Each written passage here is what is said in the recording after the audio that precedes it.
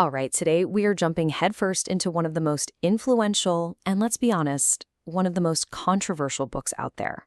Robert Greene's The 48 Laws of Power. So think about it for a second. What really connects all these incredibly powerful people?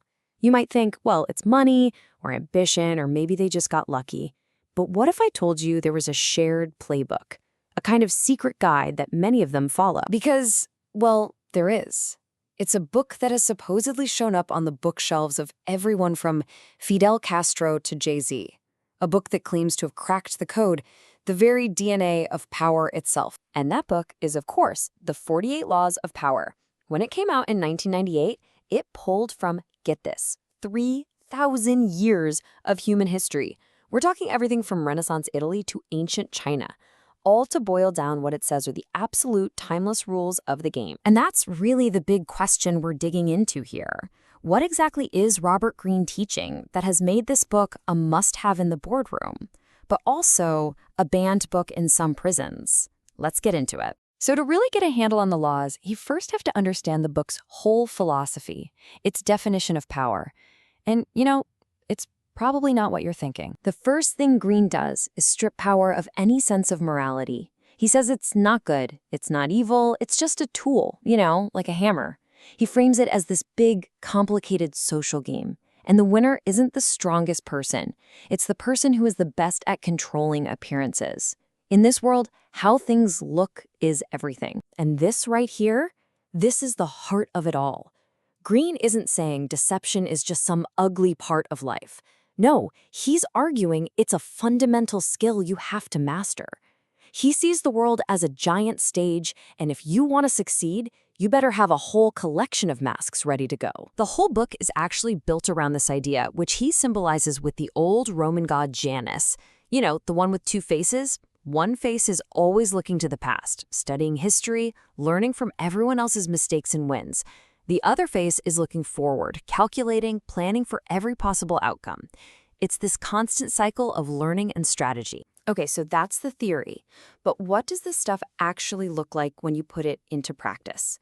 Let's break down 3 really key examples to see how these strategies play out. We'll kick things off with the book's very first law, which is never outshine the master. I know it sounds totally backward, right? I mean, we're all taught to be impressive, to show off what we can do. But Greene says no. The quickest way to get ahead is to make your bosses feel smart. The second you make them feel insecure, you're not an asset anymore. You're a threat. And Galileo is the perfect case study for this. When he discovered the moons of Jupiter, he didn't just run out and yell, "Hey, look what I found." He made a brilliant strategic move. He named them the Medicean stars to flatter his powerful patrons, the Medici family. By attaching his discovery to their glory, he made them look brilliant. And what did he get in return? A lifetime salary and funding. The man played the game like a pro. Okay, next up is another absolute cornerstone of the book, and this one is all about your public image. Because according to Law 5, your reputation isn't just important, it's everything. Greene sees it as the bedrock of power. If your reputation is strong enough, it can do the work for you. It can scare off your enemies and draw in friends, letting you win without ever lifting a finger. I mean, just listen to this story about the Chinese general Zhuge Liang.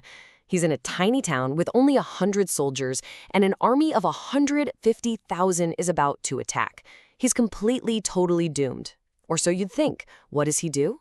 He throws the town gates wide open, tells his soldiers to go hide, and just sits up on the wall, calmly playing his lute. The enemy general Sima Yi, who knew all about Liang's reputation as a master trickster, was so certain it had to be a trap that he turned his entire army around. Liang's reputation was literally his only weapon, and it saved the day. And for our final example, let's look at a law that finds power in what you don't say. This is law number 4. Always say less than necessary. Think about it. When you talk too much, you're bound to say something dumb eventually. But when you stay quiet, people get nervous. They start projecting their own thoughts and fears onto you. They start talking just to fill the awkward silence. And in the process, they reveal all their own plans and weaknesses. Your silence becomes this terrifying blank slate. King Louis XIV of France was an absolute master of this. His ministers would come to him with these long, detailed proposals, and he'd just look at them with this mysterious expression and say, "I shall see." Can you imagine? It drove them absolutely insane trying to guess what he was thinking, which made his final decisions seem that much more powerful when they finally came. But here's what makes the book so tricky, and honestly so interesting. For a lot of the laws, Green includes a reversal, a situation where you should do the complete opposite. With Law 4, for example, he points out that being too quiet can sometimes make people suspicious. So in that case, it might be smarter to just talk and talk, play the harmless fool, and trick people into underestimating you. It's all about knowing which tool to use and when. So after all 48 of these laws, what's the ultimate point? What's the one big idea that ties everything together? The book highlights this quote from Balzac, and it really hits the nail on the head. The core message is pure pragmatism. It argues that having rigid principles is actually a weakness. Real power comes from being flexible, from adapting to whatever's happening around you and guiding events, not from being locked into some fixed moral code. So, when you boil it all down, here's the final lesson. The book teaches that power isn't something you just get. It's a skill you have to practice every single day. It's a game that requires you to become a student of human psychology, to master your own emotions, and most importantly, to be absolutely ruthless in focusing only on what works, not necessarily on what feels good or right. And that leaves us with one last, pretty provocative question. Green's whole point is that these power dynamics are happening all around us, all the time, which has to make you wonder, whether you've read the book or not, is this a game you're already playing?